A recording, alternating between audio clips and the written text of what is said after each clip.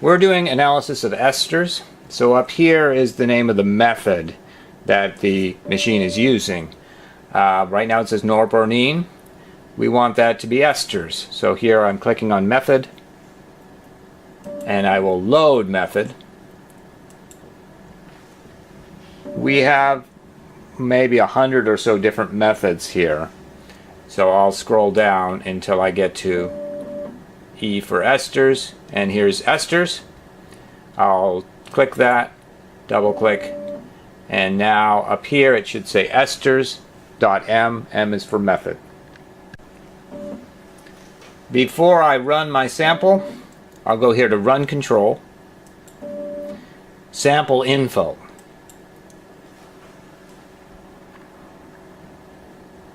Subdirectory is important. There's one main data directory, but you want your data to appear where you can find it. So here I'll just say SOGO is my subdirectory. It's important that I check this prefix counter. That will make it so my old data is never overwritten. I'll give my sample a prefix. Has to be no spaces, something that I'll know what it is. So I'll just call it sal acid as my prefix. It has a random number here as a counter, but if I come and use this machine again with the same method, the same prefix, it'll count up. So the next one will be 44, 45, and that way all my old data is saved, not overwritten. A little lower on the page, I have a chance to name the sample. So this is actually where I can be more detailed. 50-fold dilution of salicylic acid is okay. Sample amount, the loop is 20 microliters, so I can put a 20 there. It's not really important. But this comment section is important. This is what will show up on your HPLC printout, so you want to make this fairly detailed. So this was 0.1 molar. Whoop. This was 0.1 molar salicylic acid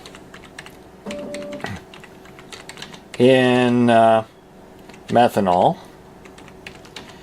diluted 50-fold in 50 star. We can say the method is using the esters method. That's the that's helpful. Whoop. I should also say what wavelength I'm using to on the wavelength detector, what wavelength I'm using. So that can help me also. So I think we'll use 260 nanometers. Okay. Alright, so that's good detail there. And I clicked OK. On the computer now, I can see my UV lamp is on. If it were off, I would do a right click, switch UV lamp on is what it would say. The other control here is for the pump. You see gradient pump? So to change this to 260 nanometers, I'll do a right click and choose method.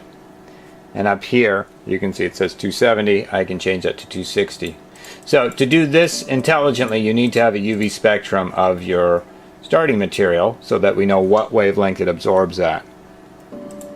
I say OK, and now this should change to 260, which it does.